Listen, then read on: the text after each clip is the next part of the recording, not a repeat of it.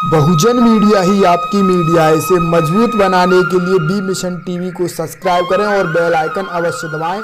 हर खबर देखने के लिए। भीमराव अम्बेडकर के आत्मसम्मान एवं स्वाभिमान के मूवमेंट के रुके कारवां को मान्यवर श्री कांशीराम जी द्वारा स्थापित किए गए बामसेफ, DS4 व BSP के माध्यम से उसे नया जीवन व ऊर्जा देकर देश में समाज व लोकतंत्र को मजबूत करने का ऐतिहासिक कार्य करने वाले मान्यवर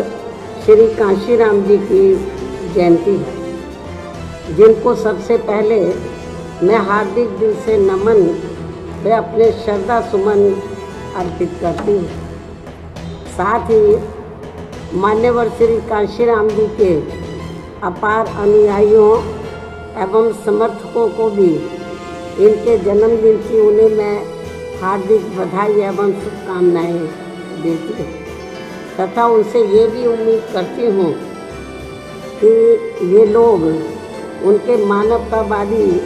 BSP मूवमेंट के समक्ष आने वाली सभी चुनौतियों व षड्यंत्रों आदि का डटकर मुकाबला करते हुए इसे नई शक्ति व ऊंचाइयां प्रदान करने में लगातार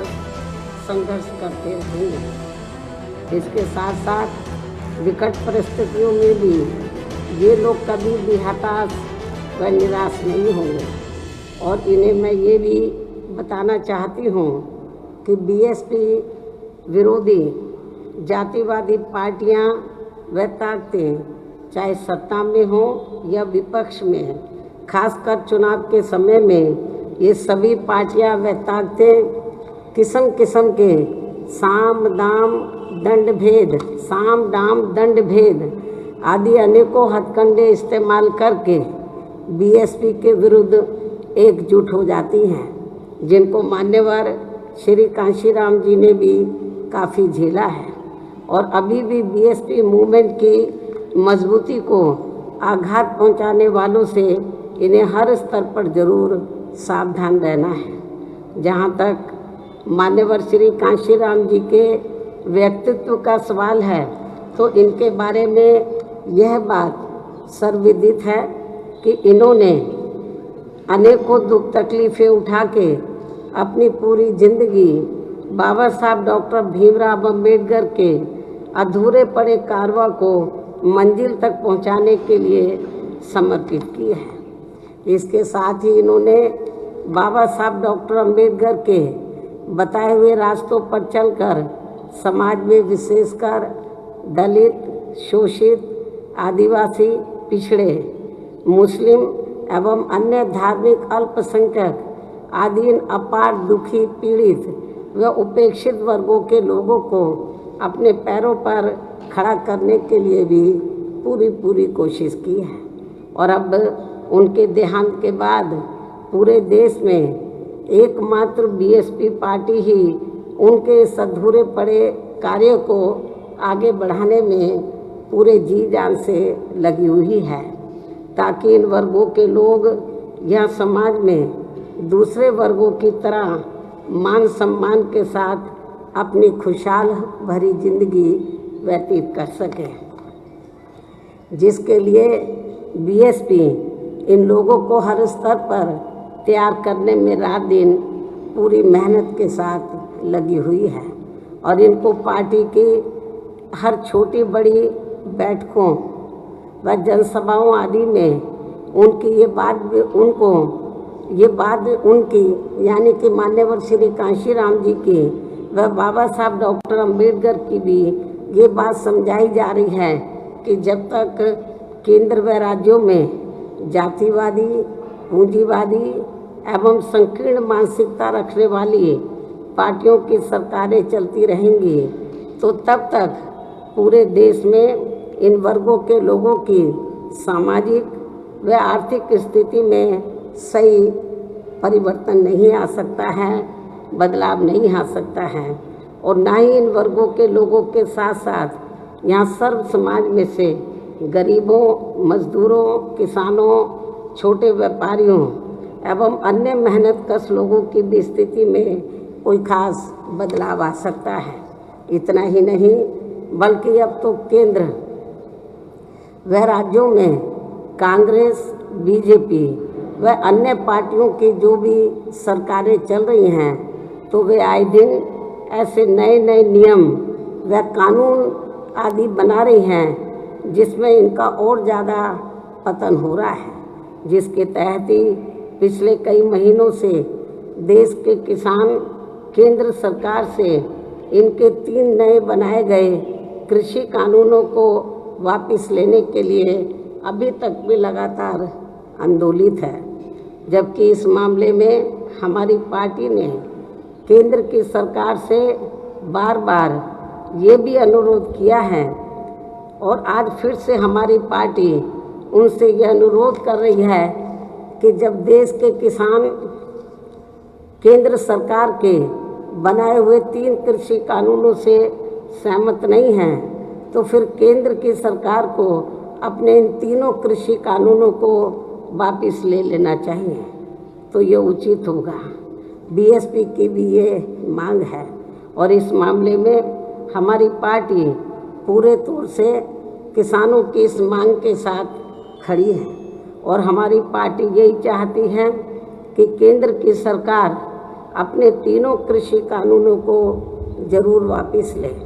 इसके साथ साथ जिन किसानों की इस आंदोलन के दौरान मृत्यु हो गई है तो केंद्र के साथ साथ राज्यों की सरकारें भी उनके पीड़ित परिवार को उचित आर्थिक सहायता जरूर प्रदान करें। साथ ही उनके एक सदस्य को इन्हें सरकारी नौकरी भी जरूर देनी चाहिए। इसके अलावा यहाँ मैं ये भी कहना चाहूँगी कि केंद्र व उत्तर प्रदेश सहित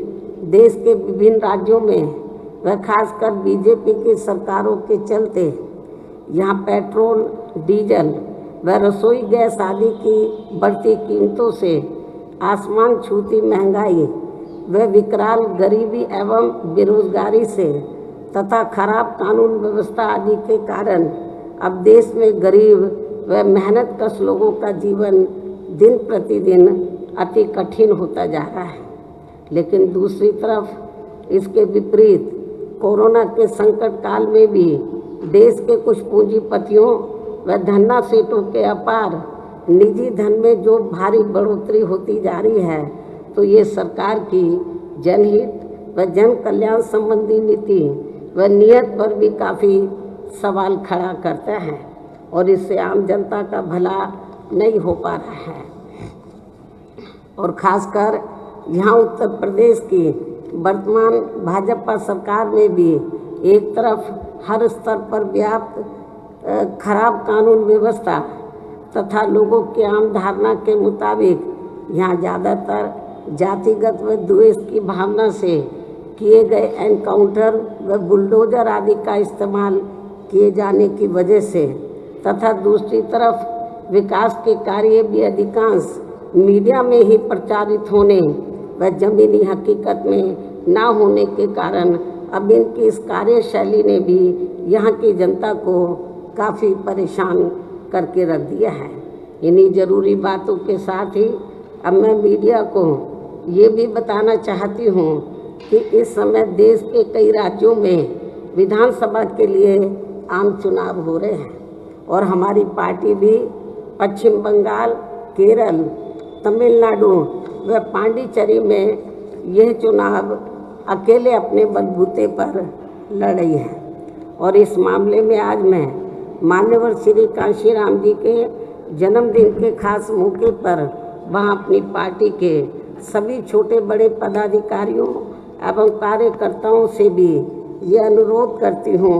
कि वे ये चुनाव पूरी दमदारी के साथ लड़े तथा अपनी पार्टी का यहाँ बेहतर रिजल्ट भी दिखाने का हर संभव पूरा प्रयास करें ताकि इन राज्यों में भी अपनी पार्टी की मूवमेंट आगे बढ़े तथा यहाँ अपने लोगों का भी कुछ भला हो सके। इस खास अपील के साथ ही अब मैं अंत में मान्यवर श्री कांशीराम जी की पूरे देश में आज मनाई जा रही जयंती के बारे में ये भी बताना चाहती हूँ कि आज उनकी जयंती को उत्तर प्रदेश सहित पूरे देश में बीएसपी के लोग खासकर कोरोना नियमों का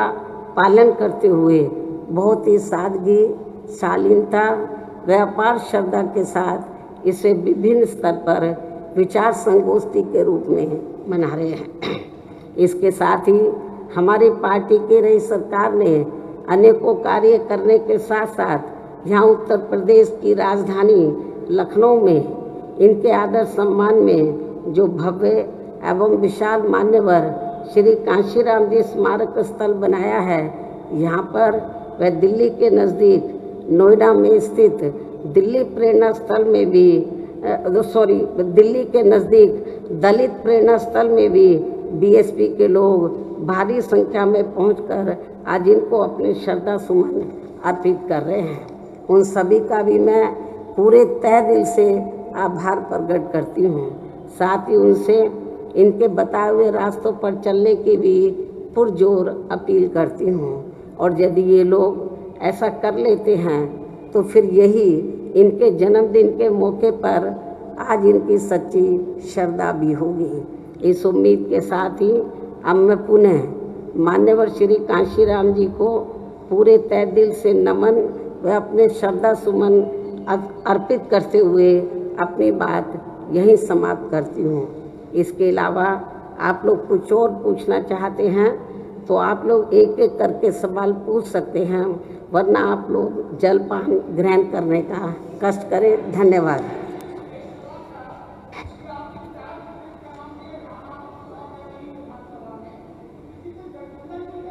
नहीं, अभी मैंने स्पष्ट कर दिया कि हमारी पार्टी किसी भी पार्टी के साथ इन 4 राज्यों में गठबंधन नहीं करेगी। अकेले अपने बलबूते पर चुनाव लड़ने का फैसला लिया और लड़ रही है। अब किसको फायदा होता है, किसको नुकसान होता है, उससे हमें कोई लेना देना नहीं है, क्योंकि बहुजन समाज पार्टी एक पार्टी के साथ साथ एक मूवमेंट भी है। हमें इस बात का एहसास है कि हम जिस भी पार्टी से गठबंधन करके चुनाव लड़ते हैं तो हमारा वोट तो ट्रांसफरेबल है, तो जिससे गठबंधन करते हैं उसको ट्रांसफ़र हो जाता है,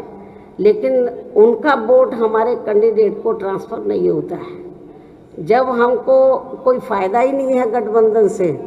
तो फिर हमें गठबंधन करने का कोई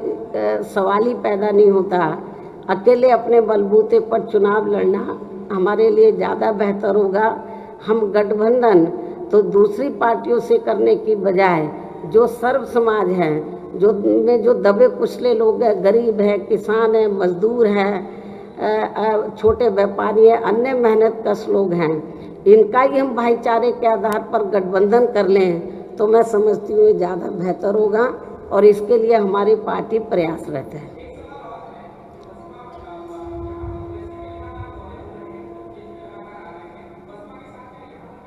अब कौन उत्तर प्रदेश में इधर आ रहा है उससे हमें लेना देना नहीं। उत्तर प्रदेश में बीएसपी अकेले अपने बलबूते पर यूपी में 403 विधानसभा की सीटें हैं, सभी सीटों पर अकेले अपने बलबूते पर चुनाव लड़ेगी, किसी के लिए भी एक सीट नहीं छोड़ेगी और किसी भी प्रकार को कोई गठबंधन नहीं करेगी।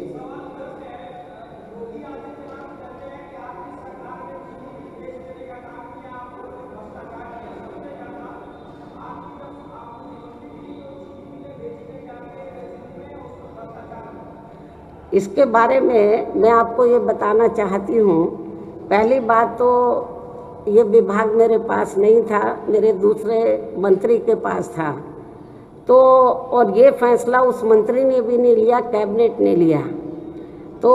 और जब भी किसी भी पार्टी की भी सरकार होती है तो ये चाहे चीनी मिल हो और भी इंस्टीट्यूशन हो, तो किसको सरकार को प्राइवेट सेक्टर को देना, किसको बेचना, किसको नहीं, किसको बेचना है या नहीं बेचना है, नियमों का पालन करते हुए मैं समझती हूँ ये सभी सरकारों में चलता है। तो जो भी कुछ हुआ वो नियमों के तहत हुआ और कैबिनेट का ने फैसला लिया, किसी एक मंत्री ने फैसला नहीं लिया, ये कैबिनेट का सामूहिक फैसला था।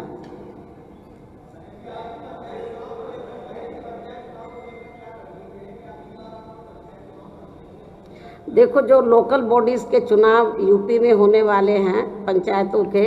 हमारी पार्टी पूरी दमदारी के साथ, तैयारी के साथ ये चुनाव लड़ेगी और मुझे पूरा भरोसा है कि हम लोग दूसरी पार्टियों की तरह ज़्यादा फूफा नहीं करते हैं, ज़्यादा ना धरना प्रदर्शन के चक्कर में पड़ते हैं और ना हम ज़्यादा मीडिया में अपनी रणनीति का खुलासा करते हैं। हम लोग अंदर अंदर लगे हैं और हम अच्छा रिजल्ट दिखाने का पूरा प्रयास करेंगे।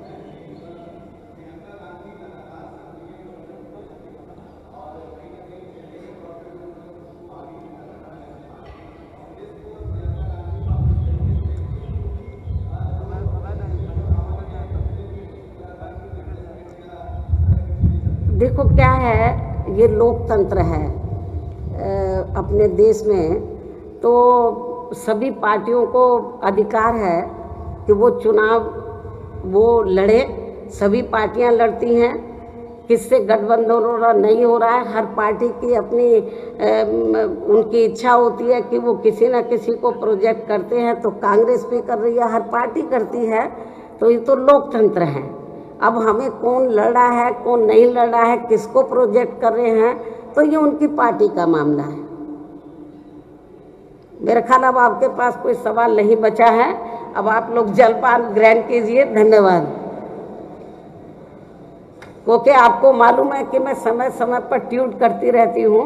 जो भी ज्वलंत मुद्दे होते हैं, जनहित के मुद्दे होते हैं, तो मेरी प्रतिक्रिया ट्वीट के माध्यम से आप लोगों तक पहुंचती रहती है। धन्यवाद।